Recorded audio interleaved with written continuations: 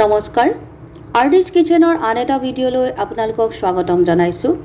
আজিৰ এই ভিডিঅ'টোত লৈ আহিছো পনীৰৰ পৰা বনাব পৰা এটা খুব সাধাৰণ আৰু সহজ ৰেচিপি, হেতু হ'ল পনীৰ 65।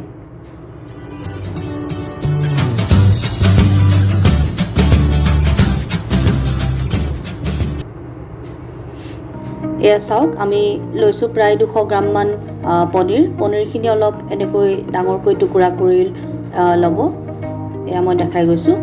এয়া চাওক, পনীৰখিনি আমি এনেকৈ প্ৰথমতে কাটি ল'লোঁ, তাৰপিছত এটা এনেকৈ বাউললৈ লৈ ল'লোঁ। আপুনি যিমানটো হিচাপত লাগে তেনেকৈ ল'ব পনীৰ। এতিয়া ইয়াৰ লগত দিম সোৱাদ অনুসৰি নিমখ দিব আৰু অকণমান হালধি।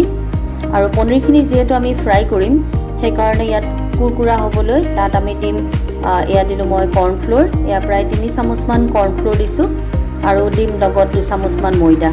এয়া চাওক, কৰ্ণফ্ল'ৰ দিলোঁ আৰু ময়দা দিম আৰু ইয়াৰ লগত দিম অকণমান red chilli powder. Red chilli powder আপুনি নিদিবও পাৰে, মই অকণমান কালাৰটো ভাল হ'বলৈ অকণমান ৰেড চিলি পাউডাৰ দি দিছোঁ। এতিয়া গোটেইখিনি আমি পনীৰখিনি গাত সান খোৱাকৈ ধুনীয়াকৈ বনাই ল'ম। আপুনি অকণমান পানী দি দিব পাৰে, মই অকণমান পানী দি লৈছোঁ।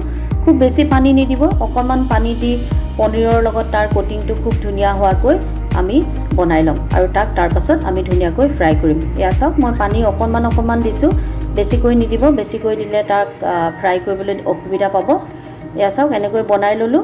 বনাই লোৱাৰ পাছত এতিয়া আমি ইয়াক তেলত ফ্ৰাই কৰিম। এয়া চাওক, মই এখন কেৰাহীত তেল গৰম কৰিছোঁ। এতিয়া পনীৰখিনি আমি অলপকৈ ভাজি যাম। প্ৰথমতে তেলখিনি ভালকৈ গৰম কৰি ল'ব, তাৰপাছত মিডিয়াম ফ্লেমত আমি পনীৰখিনি ফ্ৰাই কৰিম। পকৰি ভজাৰ নিচিনাকৈ আপুনি পনীৰখিনি কুৰকুৰাকৈ ভাজি ল'ব। এনেকৈ আমি গোটেই পনীৰখিনি কুৰকুৰাকৈ ভাজি ল'ম আৰু ইয়াক উঠাই ধুনীয়াকৈ থৈ দিম।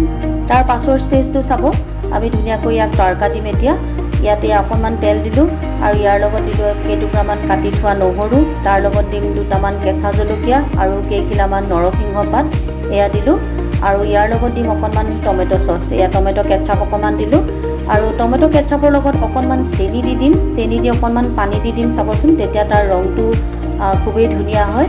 এয়া মই চেনি দিলোঁ আৰু অকণমান পানী দি দিলোঁ। এতিয়া চাওক তাৰ ৰংটো কিমান ধুনীয়া হৈ যায়।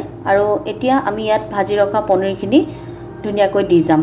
ইয়াত তাৰ ধুনীয়া ৰংটো ইয়াত পনীৰত লাগি যাব আৰু আমাৰ 65টো প্ৰায় ৰেডিয়ে হৈ গ'ল।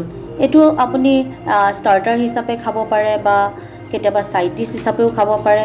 ভেজিটেৰিয়ানসকলৰ কাৰণে এটা খুব ধুনীয়া ৰেচিপি, সকলোৱে খুব ধুনীয়াকৈ খাব পাৰিব। এয়া চাওক, পনীৰ আপুনি সদায় গ্ৰেভি বনাই খোৱাতকৈ কেতিয়াবা এনেকৈ বনাই খাবচোন। ষ্টাৰ্টাৰেই হওক, ছাইড ডিছেই হওক, খুব ভাল পাব খাই। খুব সহজতে হয়ো, স্নেক্সৰ আইটেম হিচাপেও খাব পাৰে। ইয়াৰ প্লেটিংটো চাওক কিমান ধুনীয়া। অকণমান বগা তিল দি মই গাৰ্নিছ কৰি দিছোঁ। এয়া আমাৰ পনীৰ 65 ৰেডি হৈ গ'ল, কুৰকুৰা পনীৰ 65। নতুনকৈ চোৱাসকলে প্লিজ মোৰ চেনেলটো ছাবস্ক্ৰাইব কৰিব। আকৌ এটা নতুন ভিডিঅ' লৈ আপোনালোকক পুনৰ লগ পাম। নমস্কাৰ।